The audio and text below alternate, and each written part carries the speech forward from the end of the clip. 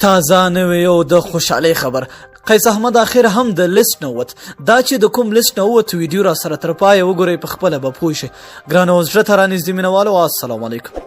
لطفا د کرکټ همداسې کولو مطالبو لپاره زموږ د کرکټ واینز یوټیوب چینل سره سبسکرایب کړئ. ډېره مننه.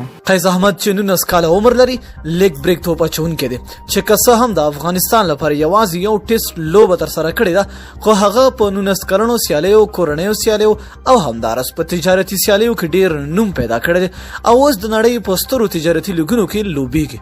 قیس احمد چې د بیگ باش سیالیو کې د هوبارټ هوریکنز لوبډلې لپاره لوبیږي، د سیډني سکسرز لوبډلې پر وړاندې په 4 اورونو کې یوازې 12 منډې ورکړې او 4 لوبغاړي وسوځول چې خپل لوبډلې بریالۍ او د لوبې د غوره لوبغاړي جایزه هم ترلاسه کړه.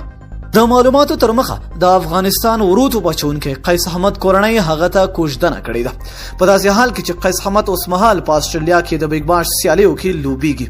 قیس احمد چې تازه یې کوژدنه کړې ده، تر دې مخکې رحمان الله ګربز هم کوژده وکړه چې په وروستیو کې په ملي لوبډله کې ولوبېده او ښه لوبه یې نندارې ته وړاندې کړه چې نه یوازې په ملي لوبډله کې خپل ځای کره کړ، بلکې ورسره سم د بنګلادیش په تجارتي لیګ کې هم واخیستل شو چې اوس په بنګلادیش کې لوبیږي. قیس احمد تر دې مخکې د ابوظبي په 10 ورځې لیګ کې د بنګله ټایګرز لوبډله لپاره ولوبېده چې د ابوظبي لوبډلې پر وړاندې په لوبه کې په 2 اورونو کې د 8 منډو په بدل کې 3 لوبغاړي وسوځول او د ګلیډیټرز لوبډلې پر وړاندې بیا د 14 منډو په بدل کې 2 لوبغاړي وسوځول. د یادولو ده چې بیگ باش کې نوموړي تر اوسه پورې 3 لوبې ترسره کړې دي چې سیډني سکسرز پر وړاندې 4، د میلبورن سټارز پر وړاندې 1 او د میلبورن رینیګارډز پر وړاندې هم 1 وکټه ترلاسه کړې ده. نو زموږ له طرف دې هم قیس احمد ته دغه ستره خوشحالي مبارک وي.